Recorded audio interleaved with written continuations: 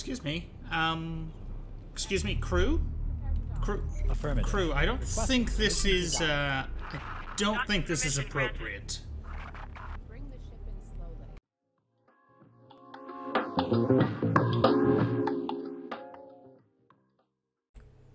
Hello and welcome, ladies and gentlemen. Skillet coming to you from X4 Foundations. Yes, we're in the office. And let's talk. Well, first, before we get into it, let's actually go over some oddities that I've found in my universe. Ever since the inception of the Boron, I have found some weird things.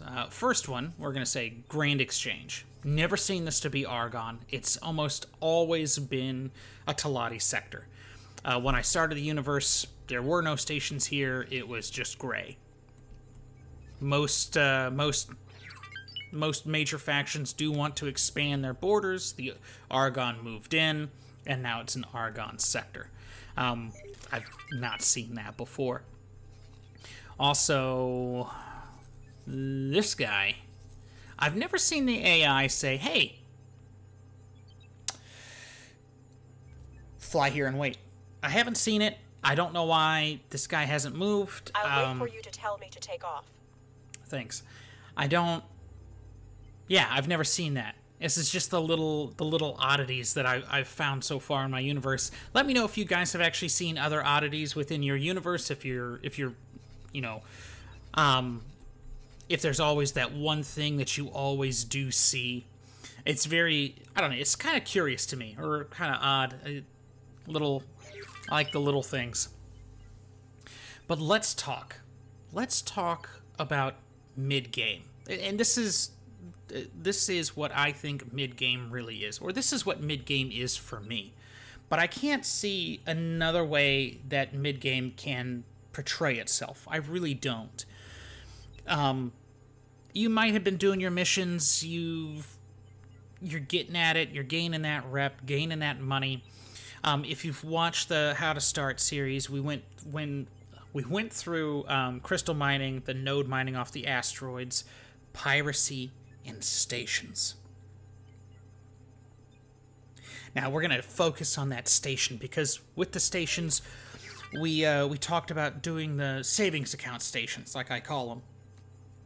It's that basic wear station, the energy, the refined metals, talatoladium, graphene, all the base components for everything else within the universe. You're going to have stations that are killing it with money, and you will. Like right now, we have our energy station in Sagaris. It outproduces any Terran energy production, because we can produce more with the Commonwealth energy panels, or solar panels. We can. You are fulfilling needs throughout the universe. But that's just one step of it. Now it's the next step up. You now have to expand upon some of those stations. We're gonna take a look at a station here in Second Contact. Now, in my universe here, the Argon had an issue with turret components. Not specifically turret components, but microchips that goes into the turret components. I found this hole, and I said, well, how can I fulfill that hole? Microchips. So I built the factory to produce microchips. Now, this microchip factory is not in a bad spot. This microchip factory. Now, I recently did take all the money from my stations to see what station's going to need the help, or, you know, what's affecting it more accurately. Because if they already have money if they have a pool of money that they can use from instead of their base cost or their base operating budget, you might not be able to get a full sense of how it gets affected. Like some stations, I did run a deficit because they had to buy certain wares, and I've corrected that because I have most of my stations self-sufficient enough to not have to buy wares, like ore, ice, and it was actually the ice station that was doing that. So I've corrected that. So I built this station here. We've plugged the gap for microchips, but he's still making money. Now, I put this guy here because he has all the resources he needs, right? He needs the silicon, energy cells, and that's really it. He has all what he needs here. But this sector, second contact flashpoint 2, this sector right here has a unique advantage because in 3 gates, right? In 3 gates, we've got 1, 2, 3. And I'm pushing down here because that's 1 trade station, an equipment dock, Argon Wharf, shipyard, another trade station. This is 1 jump, another shipyard wharf, 2 jump, trade station, 3 jump, another equipment dock, 1 jump, equipment dock, 2 jump, another trade station, 3 jump, another trade station. We're doing 1 jump, 2 jump, 3 jump, another trade station, another wharf, 1 jump, 2 jump. There's a trade station, a wharf, a shipyard, 3 jump, another equipment dock. This sector right here has reach. Because this sector can not only just supply all those, and the microchips aren't going to be used in the wharf and the shipyard. It's not. It's going to go to the stations around those that make the turret components, that make the other components that microchips go into. Which, if we just want to figure that out real quick, we can just go to the encyclopedia, go to wares, microchips. So, Claytronics, advanced electronics, turret components, antimatter converters, drone components. So this station here can reach all those sectors. That's seven trade stations. This station alone has reach to reach the rest of the galaxy almost. There are going to be those fringe stations way out in the middle of nowhere. These guys. But that station can affect a whole lot. And that's the mid-game. It's finding that hole. It's finding that need. Or you coming across that need because you need something. A ship, a certain ware, and it's not getting produced. There's another one that I'm gonna look a little deeper into. It's gonna be advanced electronics. Let's actually get a trade ship real quick. Yeah. None. It's missing some microchips. 46. Still, microchips, quantum tubes. That's going to be the next thing that I'm gonna work on, or actually build more traders to actually affect the economy at a much faster rate.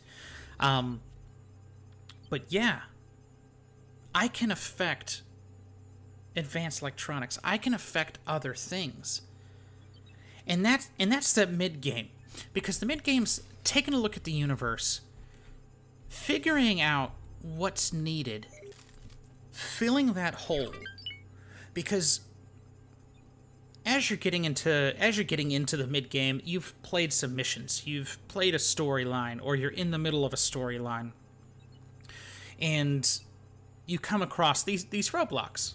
You know, I want to get this ship, but I can't build it due to one thing, or I can build it, but it's not going to get completed in a timely manner. Which right now the boron In my universe, the boron are in that situation. Right now, in the boron space, there are at least 11 to 10 stations halted in construction because the lack of claytronics and hull parts.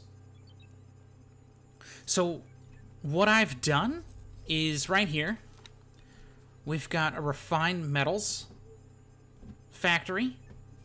What do I want here? Refined metals, which is going to go into the hull part creation. There are hull part stations.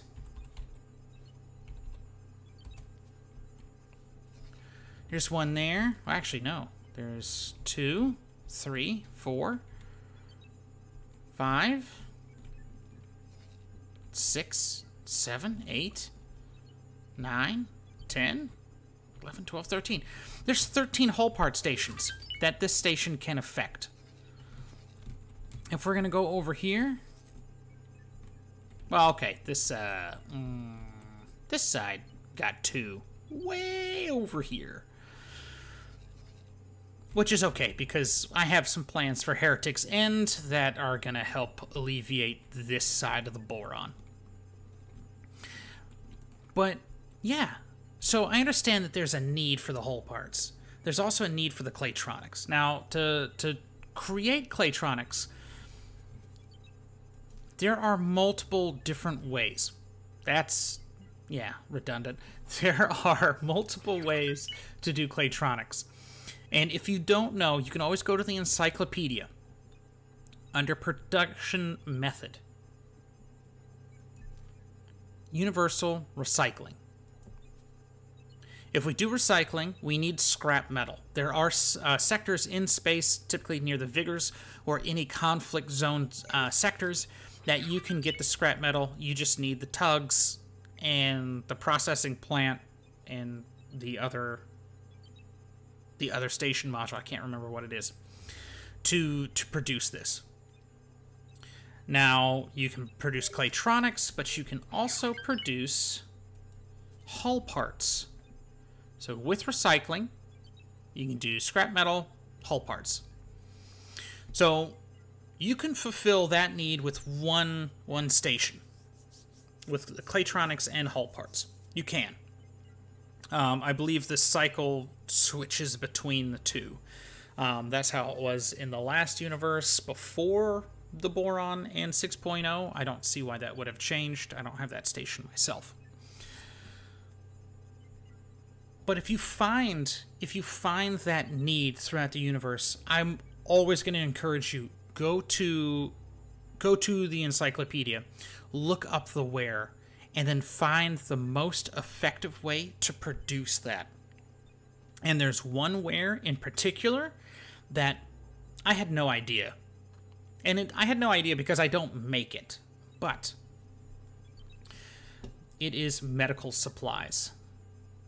Medical supplies, each faction has their own way, right? So Universal is Argon and Antigone, right? That's who they are. But the most effective way to make medical supplies is the boron. Energy cells, plankton, water. That's all you need. Do you know what you need to do plankton? Energy cells and water. That's it. You can produce medical supplies with this station, and you probably, if you get it to where, like in Second Contact, you could probably make money. And that's actually going to be something I'm going to test out as well. Because this sector has reach. If I have the reach, I'm going to try it.